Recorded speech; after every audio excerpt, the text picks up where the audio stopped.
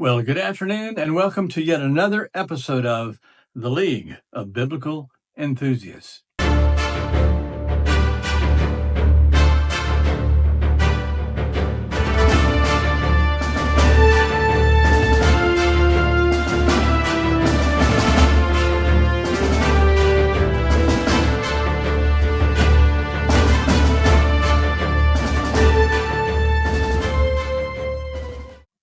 Well, all good things must come to an end. And with this episode, we complete our current series on investigating manuscript hunters and collectors. Today, this series has featured 3 episodes on Robert Curzon, 2 of Constantine von Tischendorf, 2 of the Sisters of Sinai, Solomon Schechter and the Cairo Keniza, Grenfell and Hunt's discoveries at Oxyrhynchus, James Rendell Harris, the Pierpont Morgan Library and Museum featuring the Glazier Codex, Chester Beatty, Charles Freer and his biblical manuscript collection, 2 episodes of Martin Bodmer and his library and museum, and it featured 3 important Bodmer papyri, P66, P72, P75, and we covered that in our last episode. So now, here we are today. Today's final episode on manuscript hunters and collectors features a very important contemporary New Testament scholar and textual critic who has made it his life's mission to digitize every New Testament manuscript, every Greek New Testament manuscript in existence. Of course, we speak of none other than Daniel B. Wallace, and that's Daniel Baird Wallace for you and me. Daniel Baird Wallace was born June 5th, 1952, and he's a senior research professor of New Testament studies at Dallas Theological Seminary, where he's taught since 1995. Daniel Wallace is also the founder and executive director of the Center for the Study of New Testament Manuscripts, and we will abbreviate that CSNTM, the purpose of which is to digitize all known Greek New Testament manuscripts with the highest quality images current technology can provide. Now, Dan grew up in Southern California, Newport to be exact, and he describes himself as a beach bum who became a Christian on January 6, 1968. He describes his early days as a Christian as evangelizing hitchhikers while driving up and down the coast highway. He'd pick up a hitchhiker, share the gospel, give him a copy of today's English version, a Bible that he had bought for 25 cents each. And when he ran out of those Bibles, he went back and got a new batch from his friend, who happened to be an Arian, who challenged him on his understanding of Jesus. Now, Arians deny the divinity of Jesus. This drove him to get more serious about his Bible study. And so he enrolled in Biola and minored in Greek and earned his BA in 1975. He then went to Dallas Theological Seminary and majored in Greek. He completed his THM and his PhD, first THM in 1979 and PhD in 1995. Over the years, he has pursued postdoctoral studies at Cambridge, University of Munster, and Tübingen University. Dr. Wallace is a member of the Society of New Testament Studies, and incidentally, membership in that institution is by nomination only and then election. He's also a member of the Institute for Biblical Research, the Society of Biblical Literature, the American Society of Papyrologists, and the Evangelical Theological Society, of which he was president in 2016. He's been a consultant for several Bible translations, and he's written, edited, or contributed to more than 36 books. He's published articles in such professional journals as New Testament Studies, Novum Testamentum, Biblica, the Westminster Theological Journal, the Journal of the Evangelical Theological Society, and other peer-reviewed journals. He has played a significant role in the development of the New English Translation, or the Net Bible. Side note, our episode on the Net Bible is currently our highest viewed video to date with some 8,500 views. Be sure and watch that one if that translation interests you. Dr. Wallace's primary contribution to the Net Bible was as senior New Testament editor. He was one of the main scholars for overseeing the translation and providing textual notes. He published his first edition of Greek Grammar Beyond the Basics in 1996. It has since become a standard work in the field and has been translated into half a dozen languages. 2/3 of the schools that teach this subject use that textbook. Dr. Wallace is a conservative evangelical Christian scholar who believes that our New Testament faithfully represents the Greek text of the New Testament as originally given. In addition to his scholarly publications, he maintains his own personal website at danielbwallace.com. He speaks frequently at both scholarly invitations and at various churches around the world to educate students on his work with New Testament Greek manuscripts. He is engaged in public debates, most notably 3 debates with Bart Ehrman, an avowed skeptic of the reliability of the New Testament. The first debate was in 2008 at the New Orleans Baptist Theological Seminary, the second in 2011, Southern Methodist University in Dallas, and the last one at UNC Chapel Hill in 2012. This last debate with Dr. Ehrman at UNC Chapel Hill was most notable in that Dr. Wallace introduced the manuscript that came to be called later First Century Mark. And we'll speak more about this later, as it created a major controversy in the field of New Testament studies. Dr. Wallace's prodigious output and schedule is even more remarkable in that in 1997, at age 45, he was diagnosed with a bizarre strain of viral encephalitis, and the disease severely affected his memory.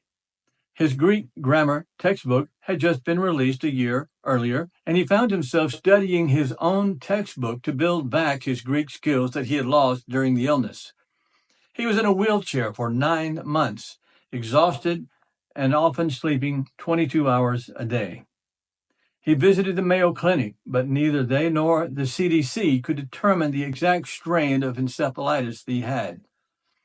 He has since recovered from the most debilitating aspects of the disease and continues his writing, speaking, teaching, and travel schedule. And we're all glad for his recovery. We focus now on his work with the Center for the Study of New Testament Manuscripts, which he founded on September 13th, 2002. According to the official website, the center pursues the great and noble task of preserving the New Testament text and manuscripts and tracing its history through the ages. And they fulfill this mission in 3 ways. Number 1, they provide manuscripts, materials, and tools to scholars and teachers using emerging technologies. Secondly, they're raising up new generations of scholars and teaching a wider audience about the history of the New Testament text. And thirdly, they work alongside other institutions and like-minded scholars who engage in the study and preservation of ancient Christian documents. Since its founding in 2002, CSNTM has collaborated with more than 40 institutes on 4 continents to produce hundreds of thousands of images of New Testament manuscripts in digital format. And by the way, Dr. Wallace estimates that there are some 1.3 million pages of text possible to capture. Along with digitally preserving these treasured documents, the center has made many of them widely available for online viewing and study at their website for free for all time.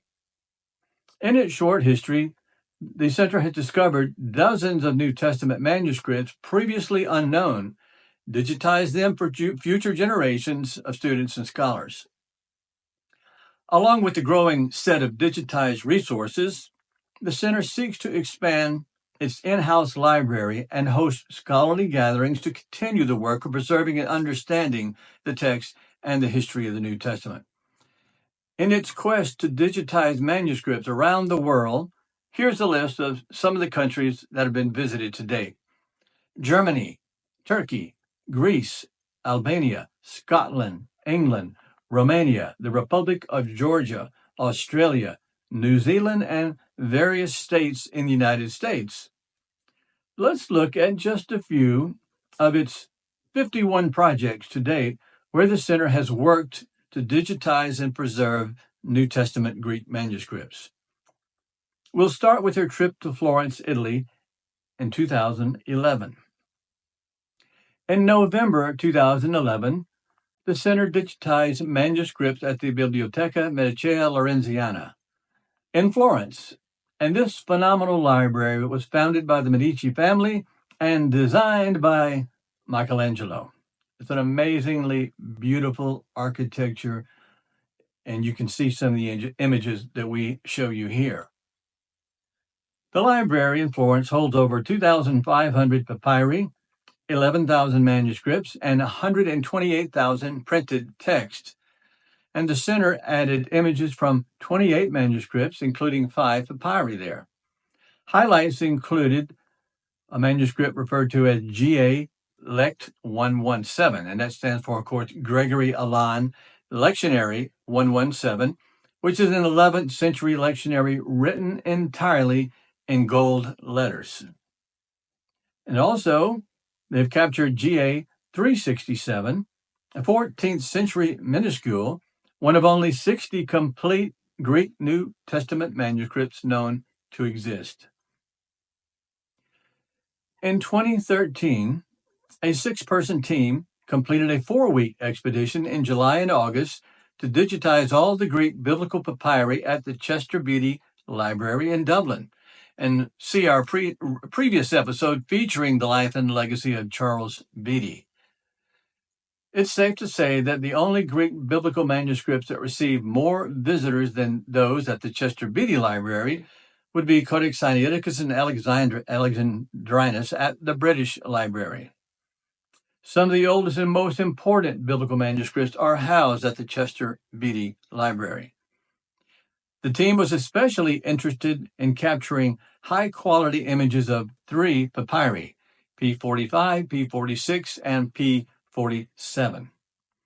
Dr. Wallace spoke about their trip in this video clip, and we show a few minutes for you here. Here we are at the Chester Beatty Library.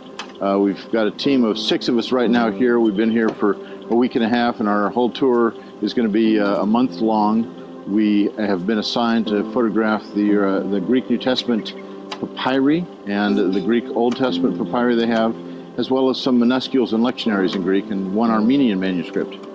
We also are trying to get some Coptic manuscripts photographed. It's an absolutely magnificent place with some of the most important biblical manuscripts in the world, including the oldest manuscript in any language of Paul's letters, including the oldest manuscript in any language of Mark's Gospel, and the oldest manuscript in any language of the book of Revelation. Those are just some of the treats that we have here. Now, P45 is the earliest example of the 4 Gospels contained in one volume. It's the oldest manuscript of the Gospel of Mark, and P45 is dated to the 3rd century. P46 is the oldest manuscript of Paul's letters, with a dating of early 3rd century. And P47 is our earliest manuscript of the book of Revelation, and is also dated to the 3rd century. The center completed one of their largest digitization projects at the National Library of Greece. Beginning in 2015 and 2016, and into 2016, about 45 people worked for months to digitize the entire collection of Greek New Testament manuscripts there. Over 300 manuscripts, some 150,000 pages, were digitized at the National Library of Greece. And in the process, 21 manuscripts unknown to the scholarly world were discovered. And here's a short clip of this trip.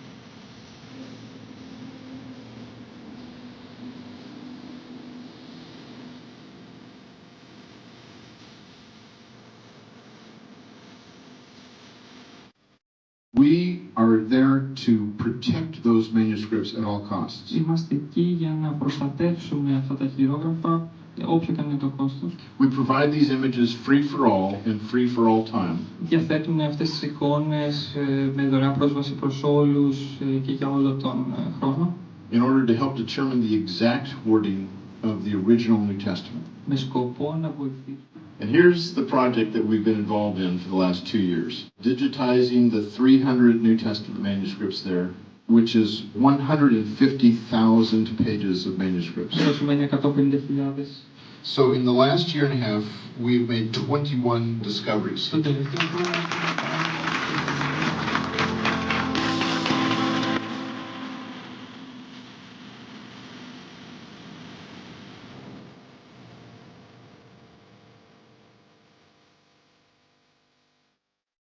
Now, many other trips have been made, and of course will be made, and these are listed at the CSNTM website. We just wanted to highlight a few of them in this episode as representative examples of the kind of work they do. Now we want to talk for a few minutes about the technology used in capturing these images and the improvements that have been made in recent times. Before modern technology, scholars would painstakingly transcribe an ancient Greek New Testament manuscript by hand.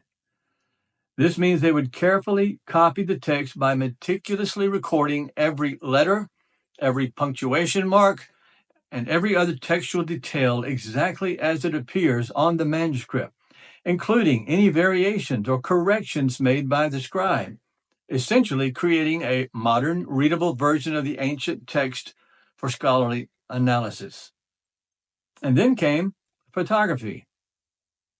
In the summer of 1908, Kersop Lake and his wife published a facsimile of Codex Sinaiticus from negatives they made in St. Petersburg, Russia. And here's an image of one of those pages. As you can see, it is a flat black and white representation of a much more complicated parchment text. Later, microfilm became known.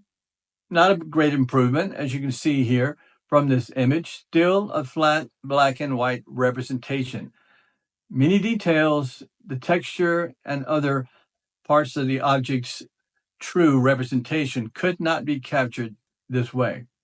But then, along came digital photography, an absolute game changer. There are some advantages, of course, over film-based photography, and just a few would be, number one, higher resolution. Digital cameras can capture ultra-high resolution images, preserving fine details such as ink flow, parchment texture, and even erased text. Secondly, digital photography has enhanced contrast and clarity, and it allows for better lighting adjustments, and post-processing software improves greatly the legibility of the text. Thirdly, a new technology, multi-spectral imaging. This technology captures wavelengths beyond visible light, such as ultraviolet and infrared, and it reveals hidden text from palimpsest, and it greatly improves the legibility of much faded writing. And here's a clip from the center highlighting the importance of this newer technology. Every single manuscript in the world is written on perishable materials. It's a difficult situation, but once you open a manuscript, now you're making that ink susceptible to deterioration far worse than if you just kept it closed. But if you kept it closed, you can't see what it is.